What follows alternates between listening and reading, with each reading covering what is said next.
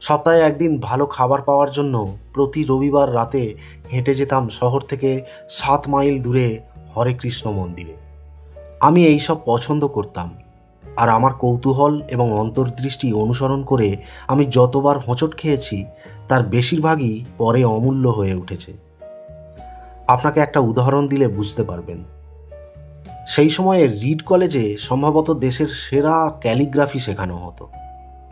College campus জুড়ে প্রতিটি poster, প্রতিটি ড্রয়ারের প্রতিটি লেবেল সুন্দরভাবে হাতে ক্যালিগ্রাফ করা ছিল।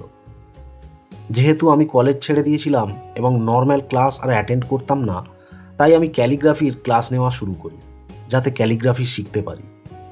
আমি সেরিফ এবং সান সেরিফ টাইপফেস শিখেছিলাম, বিভিন্ন অক্ষরের সংমিশ্রণের মধ্যে দূরত্বের তারতম্য এবং এমন এক অদ্ভুত জিনিস যা টাইপোগ্রাফিকে সুন্দর করে তোলে। এগুলো সুন্দর, ঐতিহাসিক এবং শৈল্পিকভাবে এমন সূক্ষ্ম ছিল যেগুলোকে সায়েন্স কখনো ক্যাপচার করতে পারে না। এগুলো আমার কাছে খুব আকর্ষণীয় ছিল। এগুলোর মধ্যে কোনোটি আমার জীবনে কোনো বাস্তব প্রয়োগের আশা ছিল না। কিন্তু 10 বছর পরে যখন আমরা প্রথম ম্যাকিনটশ কম্পিউটার ডিজাইন করছিলাম, তখন সেসব কিছু আমার কাছে ফিরে আসে এবং আমরা ম্যাকের মধ্যে সেগুলো সব নিখুঁতভাবে ডিজাইন করেছি। এটা ছিল সুন্দর টাইপোগ্রাফি সহ দুনিয়ার প্রথম কম্পিউটার। আমি যদি কলেজে সেই একক কোর্সে না ভর্তি হতাম, তাহলে ম্যাকের একাধিক টাইপফেস বা আনুপাতিকভাবে ফাঁকা ফন্টগুলো থাকতো না। আর যেহেতু উইন্ডোজ সবেমাত্র ম্যাককে অনুকরণ করেছিল, তাই আজকের সমস্ত পার্সোনাল কম্পিউটারে যত চমৎকার টাইপোগ্রাফি দেখেন সেগুলোও থাকতো না।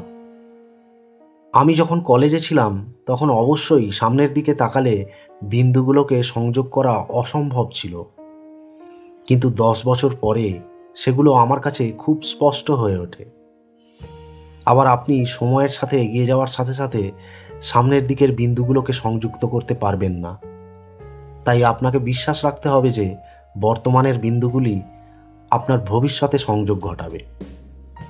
আপনাকে কোনো একটা জিনিসের ওপর বিশ্বাস রাখতে হবে, আপনার ভাগ্য, জীবন, কর্ম অথবা অন্য যে কোনো কিছুই হোক না কেন। এই পদ্ধতিটা আমাকে কখনোই হতাশ করেনি এবং এটা আমার জীবনের সমস্ত পার্থক্য তৈরি করেছে। আমার দ্বিতীয় গল্পটা প্রেম এবং ক্ষতির বিষয়ে।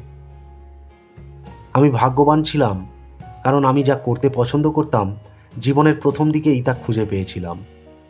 রোজ আর আমি দুজনে মিলে আমার বাবা মায়ের গ্যারাজে